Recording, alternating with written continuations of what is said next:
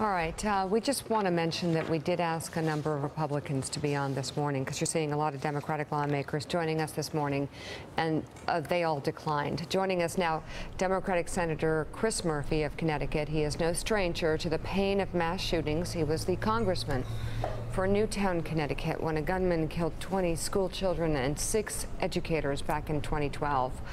So I'm kind of with you on this. I don't really understand when we talk about this, if not now, at a time like this.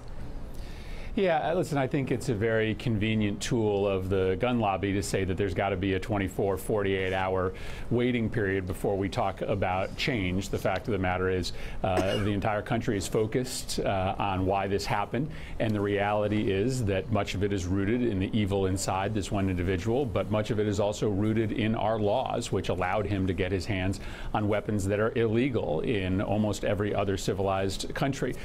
Maybe he still would have taken a pistol and shot through the window, killed perhaps dozens below, but it would have been difficult without the semi-automatic weapon and the modifications that are still legal to this day in this country. So I think we've got to talk about change immediately. And the fact of the matter is, while everybody is focused on Las Vegas, mass shootings represent 1% of the gun casualties in this country. Every single day people are being killed by guns, and we need to talk about what's happening in Baltimore and Chicago and Hartford on a daily basis. We can't just bring this up when there's an enormous mass execution like we saw in Las Vegas. Right. Senator Murphy, it's Willie Geist. I want to ask you the same question I asked your colleague from Connecticut, Jim Himes, a few minutes ago, and that is to be specific about this case in Las Vegas. And you have been in the past when these terrible incidents have cropped up.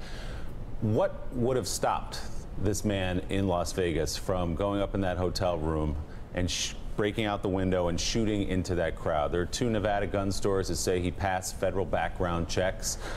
Not a lot in his past that would have been red flags to people. How could this have been prevented? Is there a law? Congressman Himes ultimately said yes, he'd be for a ban on semi-automatic rifles like the AR-15. How about you?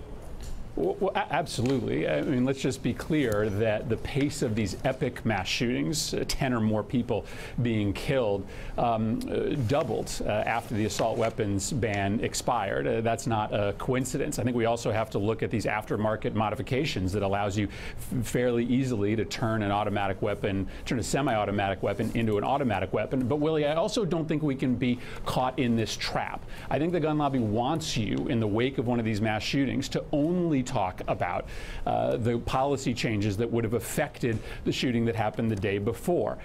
We have to get back to the evergreen changes, things like universal background checks that frankly probably would have stopped many of the other murders around the country that happened on Sunday before the shooting started in Las Vegas. So I think the gun industry wants us to only talk about the policy change that would have affected yesterday's mass shooting. Background checks still is the most likely piece of legislation to get passed through Congress because it enjoys widespread public approval, and it frankly probably is most dispositive on the amount of gun violence that happens every day across this country. I understand your point of view, but it's worth talking about what would have prevented the deaths of 59 people and the injuries of more than 500 more in this incident. Again, he passed these background checks. So just to be specific, ban bump stocks and ban semi-automatic rifles. Are you for those 2 things? I'm for both of those 2 things. And listen, I think we ask ourselves a question every day in and around Newtown. It's not just a question of the specific damage that these weapons do. They allow you to kill a lot more people. But in Newtown, we ask ourselves whether Adam Lanza would have ever walked into that school if he didn't have tactical weaponry. There is a false, bizarre kind of courage that comes with attaching yourself to these kind of very powerful weapons. And there is a question as to whether these shooters would ever take up position if all they had was a pistol instead of a dangerous military-style weapon. Senator Chris Murphy, thank you very much for being on this morning. Thanks, Senator. Thanks, guys. Thanks for checking out MSNBC on YouTube, and make sure you subscribe to stay up to date on the day's biggest stories. And you can click on any of the videos around us to watch more from Morning Joe and MSNBC. Thanks so much for watching.